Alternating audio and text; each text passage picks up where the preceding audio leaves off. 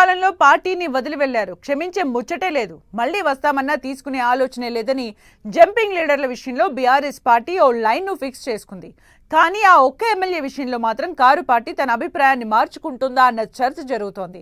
9 మంది ఎమ్మెల్యేలు ఒక లెక్క, బీఆర్ఎస్ కు గూడెం మహిపాల్ రెడ్డి మరో లెక్కనా? గూడెంను బీఆర్ఎస్ క్షమించేసిందా అంటే అవునని సమాధానం వస్తోంది. పార్టీ ఫిరాయింపు ఎమ్మెల్యేలను తిరిగి పార్టీలో చేర్చుకునేది లేదని ఖరాఖండిగా చెప్పిన గులాబీ పార్టీ గూడెం రీఎంట్రీ విషయంలో పాజిటివ్ గా ఉన్నట్లు టాక్ వినిపిస్తోంది. జంపింగ్ లీడర్ల విషయంలో బీఆర్ఎస్ ఆలోచన మారిందా? గూడెం మహిపాల్ రెడ్డి రీఎంట్రీకి గులాబీ పార్టీ ఓకే చెప్పినట్లేనా? కాంగ్రెస్ లోకి వెళ్లి తిరిగి కారు పార్టీకి అనుకూలంగా వాయిస్. బీఆర్ఎస్ ఎమ్మెల్యేలతో పాటు అసెంబ్లీ నుంచి గూడెం సస్పెండ్. గూడెంను మినహాయించి 9 మంది జంపింగ్ ఎమ్మెల్యేలపై BRS case. Patancheru MLA Gudem Mahipal Reddy 3 సార్లు గెలిచి హ్యాట్రిక్ కొట్టారు. 2023లో బీఆర్ఎస్ అధికారంలోకి రాకపోయేసరికి ప్రతిపక్షంలో వరుస కేసులతో ఉక్కిరిబిక్కిరయ్యారు. మైనింగ్ కేసులో ఆయన సోదరుడు గూడెం మధుసూదన్ రెడ్డి అరెస్ట్ అయి జైలుకు వెళ్లి వచ్చారు. దీంతో 6 నెలల్లోనే కారు స్టీరింగును వదిలి కాంగ్రెస్ పార్టీ గూటికి వెళ్లారు. సీఎం రేవంత్ రెడ్డి సమక్షంలో కాంగ్రెస్ కండువా కప్పుకున్నారు. కొన్ని రోజులు కాంగ్రెస్ పార్టీలో బాగానే ఉన్నా తర్వాత అక్కడ ఇమడలేకపోయారు.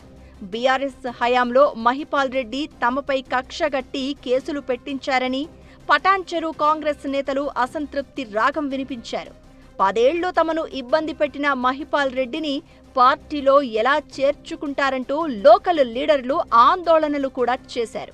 కట్ చేస్తే మున్సిపల్ ఎన్నికల టైంలో యూటర్న్ తీసుకున్నారు గూడెం మహిపాల్ రెడ్డి. బీఆర్ఎస్ అభ్యర్థులను గెలిపించాలని క్యాడర్కు తన అనుచరులకు పిలుపునిచ్చి కాంగ్రెస్ పార్టీకి దూరమయ్యారు.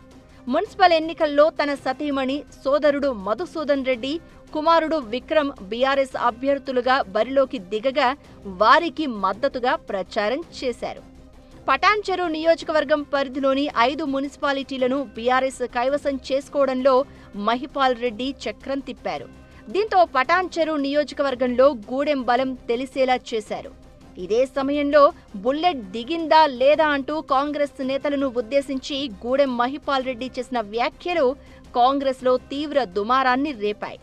ఆ తర్వాత పటాన్చెరు నియోజకవర్గంలోని బీఆర్ఎస్ పార్టీ కార్యక్రమాల్లో గూడెం మహిపాల్ రెడ్డి బిజీ అయ్యారు. అయితే 10 మంది జంపింగ్ ఎమ్మెల్యేలకు స్పీకర్ క్లీన్ చిట్ ఇవ్వడంతో ఫిరాయింపు ఎమ్మెల్యేలపై బీఆర్ఎస్ పార్టీ మరోసారి హైకోర్టు తలుపు తట్టింది. ఇక్కడే బిగ్ ట్విస్ట్ ఇచ్చింది గులాబీ పార్టీ. మొత్తం 10 మంది పార్టీ మారితే 9 మంది ఎమ్మెల్యేలపై మాత్రమే కోర్టులో పిటిషన్ వేసింది. పటాన్చెరు ఎమ్మెల్యే మహిపాల్ రెడ్డిని ఫిరాయింపు ఎమ్మెల్యేల జాబితా నుంచి తొలగించింది. మున్సిపల్ ఎన్నికల్లో బీఆర్ఎస్ గెలుపుకు కృషి చేసినందుకు మహిపాల్ రెడ్డిపై చర్యలకు బీఆర్ఎస్ వెనకడుగు వేస్తుందన్న చర్చ జరుగుతోంది. అసెంబ్లీ సమావేశాల్లో కూడా మొదట పార్టీ ఫిరాయించిన ఎమ్మెల్యేల వైపు మహిపాల్ రెడ్డి కూర్చున్నారు. హైకోర్టులో తనపై బీఆర్ఎస్ పిటిషన్ వేయకపోవడంతో బీఆర్ఎస్ సభ్యులతో గూడెం జత కట్టారు. అంతటితో ఆగకుండా మంత్రి పొంగులేటికి వ్యతిరేకంగా సభలో బీఆర్ఎస్ సభ్యులతో కలిసి నిరసన తెలిపారు. అసెంబ్లీ స్పీకర్ బీఆర్ఎస్ సభ్యులతో పాటు గూడెం మహిపాల్ రెడ్డిని కూడా సస్పెండ్ చేశారు.